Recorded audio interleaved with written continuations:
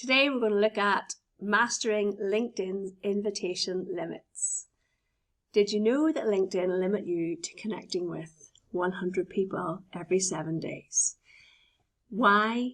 First of all, why are they doing this? And secondly, how can you improve the number of people that you want to connect with every single week? You might be just starting out on LinkedIn and you think, well, 100 people is not that many. I'd like to connect with more people. But the reason they're doing this is because they want you to build a valuable network of people around you, people that you're interested in and who can help you and you can help them through your content, your connections and your relationships. And if you're connecting with more than 100 people in a week, that can be a little bit of a challenge. What happens if you overstep these boundaries? Well, LinkedIn can freeze your account, and this happened to a client of mine. He was merrily connecting away, checking out profiles, sending connection requests, and all of a sudden had his account frozen.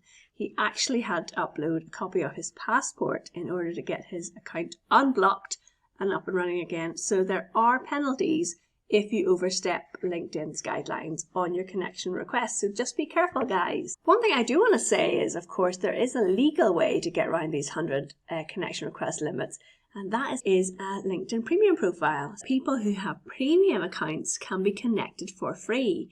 You do not need a LinkedIn premium account in order to connect with these people. So if you see someone with a premium account, you can send them a message because they are what's considered an open profile. And how do you find those people? Looking at my LinkedIn profile, I do have a premium profile, but you can't see it if you are a viewer. And I'll just show you how you can turn that on and off. If you have a LinkedIn premium account and you don't want to have an open profile, if we click on the premium settings here and you go to open profile at the top, people are allowed to connect you directly for free, even if they are not connected to you. And on the premium profile badge here, it says, show your premium badge on your profile and in search results, get shown an exclusive placement. If we turn that on and click save, on my profile, you now see this little gold in button up here. Anyone who has that LinkedIn button, that means you can message them for free, even if you are past your 100 limits on your connection request this week. So what is your strategy for maximizing those 100 connection requests you send? I strongly believe that when you send a message to somebody to connect with them, they are much more likely to accept your connection request. And let's have a little look at this in action.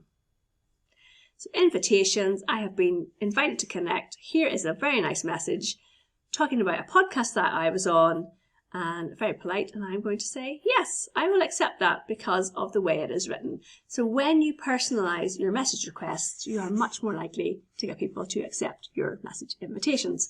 How do you send a personalized message request? Let's click on this person here, and we go to the more drop down button, and we click connect. And in here, you add a note, and that's how you send a connection request, adding a note to somebody. You can click send without a note, but as I said, you're more likely to get your connection request accepted when you do add a note to the connection request. Quality over quantity. So think about who you want to connect with. And it's interesting, if you look at the My Network, LinkedIn are suggesting who you would actually want to connect with. So here it says people you may know from your university, people you may know based on your recent activity. If we look at these people who are being suggested to me, could be somebody here that I think is somebody who's interesting to me and I want to connect with those. So this person helps people with podcast interviews. I have a podcast and I like doing podcasting. So this person could be somebody who would be a valuable addition to my network. And if I sent her a connection request as a podcaster, I'm imagining she would accept my connection request. So think about connecting with people who are in your industry, who have shared interests with you and what you're doing. Think about people who are connected to you, and those people are more likely to accept your connection request, especially if they see that you have got mutual connections in common. So the person we were just looking at, the podcaster, there are 69 mutual connections. That person is much more likely to accept my connection request as a result. Another place to find people that you can connect with are people who are also attending the same events as you. So if we look at this webinar that I'm hosting on LinkedIn later this week, and you scroll down, you'll see the attendees, and under that you'll see networking. When you look at other people who are attending events through the networking tab, that's where you can find people who are interested in the same topics and ideas as you, and it's an easy way to send that person a connection request. Send them a connection request and say, I see we're both attending the same event on LinkedIn next week, and I'd like to add you to my network. So one thing to consider is joining LinkedIn Premium, because then you can send connection requests as much as you want. And if you have the Sales Navigator platform, you can find lots of people in there using advanced filters and send those people connection requests as well to build and grow your network. Mastering how to invite and connect with people on LinkedIn is a bit of an art and a science. So do give yourself a bit of grace, give it a go, and keep choosing who you want to connect with. Remember, building a network of value on LinkedIn is far more important than building an enormous network of people who aren't interested in what it is you have to say.